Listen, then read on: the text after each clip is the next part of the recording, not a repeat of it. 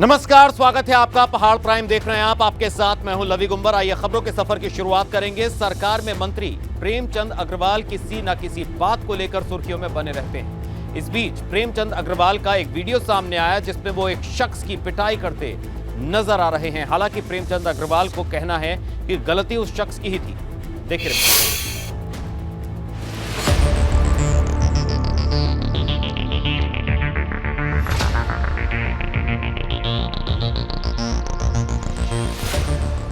ऋषिकेश में बीच सड़क पर हाथापाई हो रही है। एक शख्स पर थप्पड़ों की बरसात की जा रही है। हरे कपड़े में नजर आ रहे हैं ये सरकार में शहरी विकास मंत्री प्रेमचंद अग्रवाल हैं।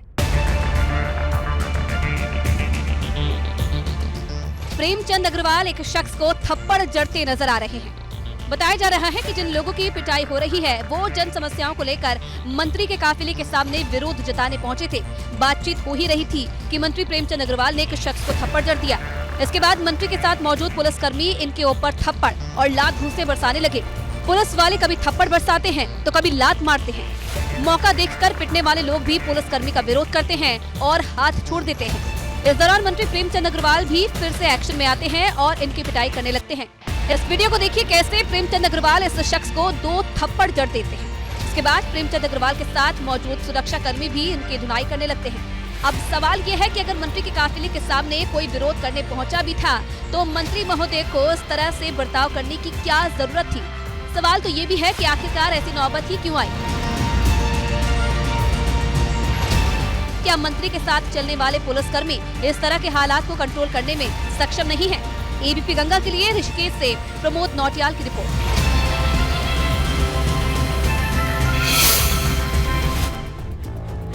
उधर मंत्री प्रेमचंद अग्रवाल ने इस पर सफाई दी है। उन्होंने कहा कि उस शख्स ने बदसलूकी की थी। सुरक्षा कर्मियों के समझाने पर भी वो नहीं माना और बदसलूकी करता रहा। उसने मुझे गाली गलौज करने का प्रयास किया क्योंकि मेरा शीशा खुला हुआ था। गर्मी है तो मैं एसी बहुत कम इस्तेमाल करता हूँ क्योंकि बारिश भी है। उसके बाद जो अब गाली लगातार देता रहा तो मेरे सुरक्षा कर्मी को लगा ये क्या हुआ अचानक। उसने समझाया तुम गाली क्यों दे रहे हो। तो उसने एक हाथ से मेरा ये कुर्ता मैं दिखा रहा हूँ, ये कुर्ता पकड़ा जो मैं अभी इससे पहले ये पहन रखा था और उसने मेरे कुर्ते पे हाथ डाला और ये कुर्ता फाड़ दिया। ये देखिए ये फटा हुआ मेरी जेब, इसमें सारा सामान गायब हो गया।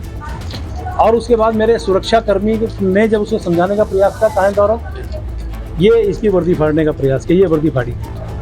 मतलब खुलेआम गुंडागर्दी। और उसके साथ जो दूसरा जो मोटरसाइकिल चला रहा था वो भी बदतमीजी पे आया और मैं बैठा रहा। उसके बाद वो पत्थर लेने भागा सड़क के किनारे। ये बड़ा दुर्भाग्यपूर्ण है जिस प्रकार से कैबिनेट मंत्री प्रेमचंद अग्रवाल जी का वीडियो वायरल हो रहा, जिसमें वो एक फरियादी जो अपनी समस्या लेकर के गया है उसके ऊपर लात घूंसे बरसा रहे हैं, थप्पड़ मार रहे हैं, उसके ऊपर हमला कर रहे हैं। ये बड़ा दुर्भाग्यपूर्ण है। एक पहली बार नहीं है, इससे पहले पत्रकारों के साथ भर्ती घोटाले के मामले में उन्होंने दुर्व्यवहार किया। उससे पहले कोविड काल में एक फरियादी के साथ उन्होंने दुर्व्यवहार किया और अभी तीसरी बार लगातार एक कैबिनेट मंत्री के रूप में जो उनका आचरण है बहुत आपत्तिजनक है। मुख्यमंत्री जी को उसका संज्ञान लेना चाहिए। तो मारपीट को लेकर अब सुर्खियों में है मंत्री प्रेमचंद अग्रवाल। बड़ी खबर का रुख करेंगे। हरिद्वार में अवैध मजार पर बुलडोजर चला। इस वक्त की बड़ी खबर, बहादुराबाद इलाके में तोड़ी गई अवैध मजार। वन विभाग की जमीन पर बनी 6 मजारें तोड़ी गई।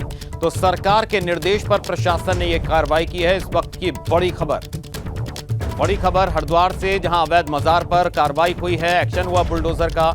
बहादुराबाद इलाके में तोड़ी गई अवैध मजार। वन विभाग की जमीन पर बनी 6 मजारें तोड़ी गई हैं। सरकार के निर्देश पर प्रशासन कर रहा कार्रवाई। हरिद्वार से बड़ी खबर, बहादुराबाद इलाके में कार्रवाई होती नजर आ रही है। तस्वीरें आप देख सकते हैं। बुलडोजर एक्शन यहां पर हुआ। अवैध मजारें जो हैं उन पर बुलडोजर चलाया गया।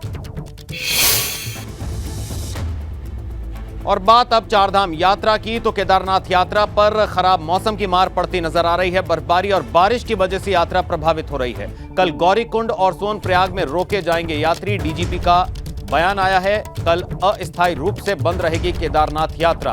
तो मौसम की मार पड़ी है यात्रा पर। इस वक्त की बड़ी खबर, केदारनाथ यात्रा पर खराब मौसम की मार, बर्फबारी और बारिश की वजह से यात्रा प्रभावित। तो कल गौरीकुंड और सोनप्रयाग में रोके जाएंगे यात्री। डीजीपी का ऐलान। कल अस्थायी रूप से बंद रहेगी केदारनाथ यात्रा। अब से भी देख रहे हैं केदारनाथ जी में बहुत ही भारी बर्फबारी हो रही है। पहले से मौसम का अलर्ट था 2 और 3 तारीख का है, तो मुझे लगता है कि कल यहाँ पे किसी भी हालत में रुकना संभव नहीं हो पाएगा। इसलिए आज तो यात्री तीर्थयात्री आए हैं, आप देख रहे हैं, किंतु कल सोनप्रयाग से और गौरीकुंड से सभी को 100% को हमें रोकना होगा। इसी तरह से ऋषिकेश और श्रीनगर से यात्रा आज ही हमने जो है रोक दी है अभी दोपहर बाद। तो केदारनाथ यात्रा खराब मौसम की वजह से प्रभावित हो रही है। केदारपुरी में बारिश हो रही है, जिस वजह से यात्रियों को हिदायत दी गई है कि अभी अपनी यात्रा को कुछ दिनों के लिए टाल दें। इस बीच केदारनाथ के विधायक ने आरोप लगाया कि केदारनाथ धाम में जरूरी सुविधाओं की कमी है।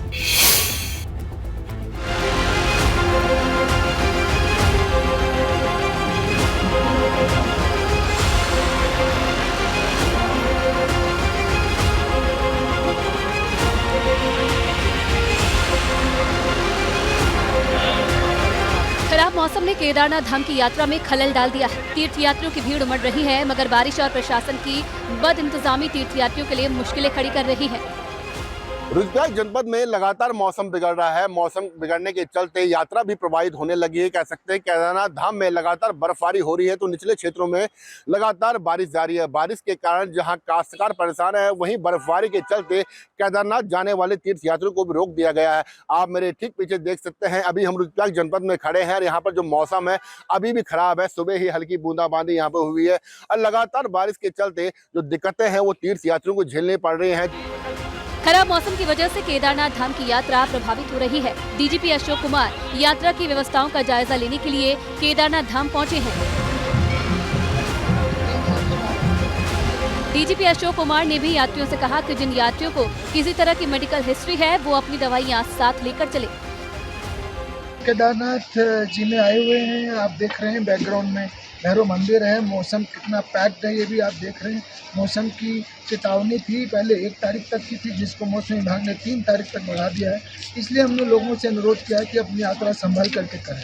दूसरी बात, जिन लोगों को भी हार्ट प्रॉब्लम है, जिन लोगों को धड़कन की प्रॉब्लम है, जो बीपी की दवाइयाँ लेते हैं, धड़कन की दवाइयाँ लेते हैं, तो यहाँ एक्स्ट्रा केयरफुल हैं। अपना इक्विपमेंट, नापने का इक्विपमेंट भी साथ लेके चलें, दवा भी साथ लेकर के चलें, जिससे यहाँ के उनके साथ कोई अनहोनी न हो।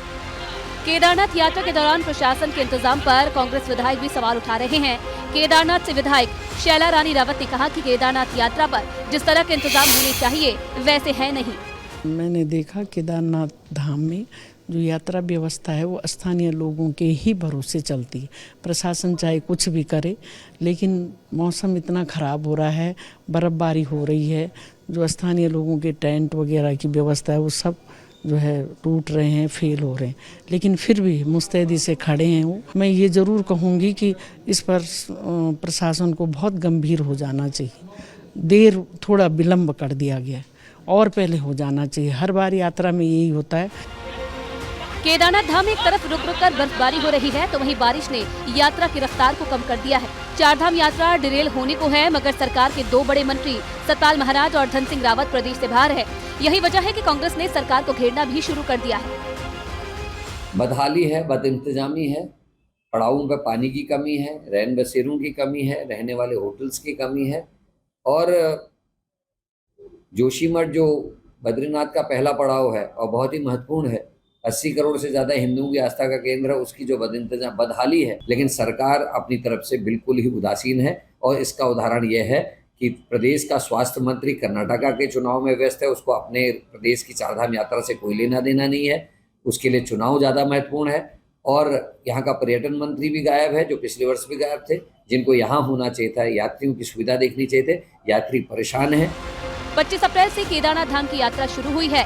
शुरुआत में ही प्रशासन की बद इंतजामी की पोल खुलने लगी है, और ऐसे में सवाल ये है कि क्या इस बार केदारनाथ धाम की यात्रा सुचारू रूप से चल पाएगी।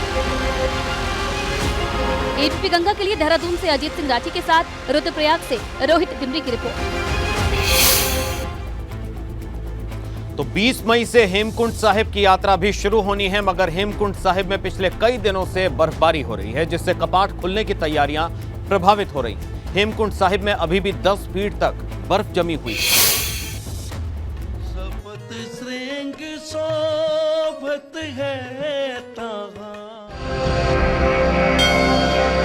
20 मई से हेमकुंड साहिब की यात्रा शुरू होनी है, मगर देखिए यहाँ अभी भी कितनी बर्फ जमी है। हेमकुंड साहिब में पिछले 4 दिनों से बर्फबारी जारी है। इस वजह से यहाँ करीब 10 फीट तक बर्फ जम चुकी है।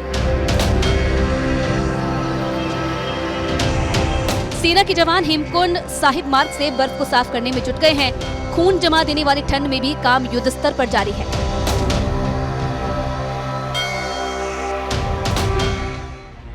मगर अभी तक घांगरिया से 3 किलोमीटर आगे तक ही पैदल मार्ग से बर्फ हट पाई है, जबकि करीब 3 किलोमीटर लंबे रास्ते से बर्फ और हटाई जानी है। इसके साथ ही हेमकुंड साहिब गुरुद्वारे के पास जमी बर्फ को भी हटाया जाना है। हेमकुंड साहिब में अभी भी हर तरफ बर्फ ही बर्फ जमी है। पूरे क्षेत्र में बर्फ की सफेद चादर नजर आ रही है। हेमकुंड सरोवर का पानी अभी भी जमा हुआ है। हेमकुंड साहिब 15,000 फीट की ऊंचाई पर स्थित है। ये सिख धर्म के लोगों का सबसे ऊंचा तीर्थ स्थल है।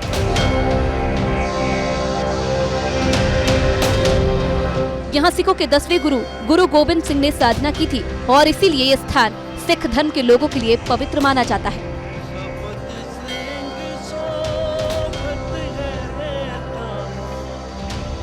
एबीपी गंगा के लिए जोशीमठ से रणजीत सिंह रावत की रिपोर्ट। और आइए अब रुक करेंगे बड़ी खबर का। हल्द्वानी रेलवे ट्रैक के पास अतिक्रमण के मामले को लेकर बड़ी खबर। हल्द्वानी रेलवे ट्रैक के पास फिलहाल तोड़-फोड़ नहीं होगी। सुप्रीम कोर्ट की तरफ से हाई कोर्ट के आदेश पर लगी रोक जारी रहेगी। सुप्रीम कोर्ट में मामले की अगली सुनवाई जुलाई के महीने में पहले हफ्ते में होगी। और चलते चलते एक नजर उत्तराखंड टॉप 10 पर। उत्तराखंड में अब घर बैठे बनवाया जा सकेगा घर का नक्शा। शहरी विकास मंत्री प्रेमचंद अग्रवाल ने की सेवा की शुरुआत। एक महिला को दिया गया नक्शा।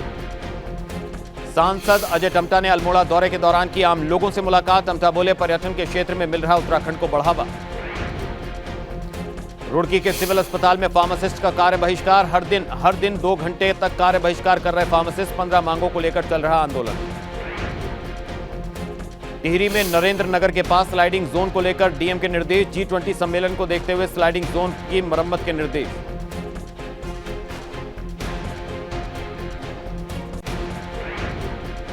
रुद्रपुर में मौसम बदलते ही अस्पताल में उमड़ी भीड़। अस्पताल के ओपीडी में खांसी, जुकाम, बुखार और डायरिया के मरीजों की भरमार। बारिश की वजह से बागेश्वर में फसलों को नुकसान। पारा गिरने से ठंड का भी होने लगा एहसास। कई इलाकों में बिजली आपूर्ति बाधित। मौसम बदलने के साथ ही अल्मोड़ा में भी हुई झमाझम बारिश। ज्यादा बारिश से किसानों की फसलों को हुआ नुकसान। पौड़ी में छात्रों की संख्या घटने पर बंद किए गए 15 प्राइमरी और जूनियर हाई स्कूल। पलायन की वजह से स्कूलों में लगातार कम हो रही बच्चों की संख्या। देहरादून में घंटाघर स्थित रेस्टोरेंट में आग लगने से लाखों का नुकसान। बीती देर रात लगी रेस्टोरेंट में आग। फायर ब्रिगेड ने मौके पर पहुंचकर आग पर पाया काबू।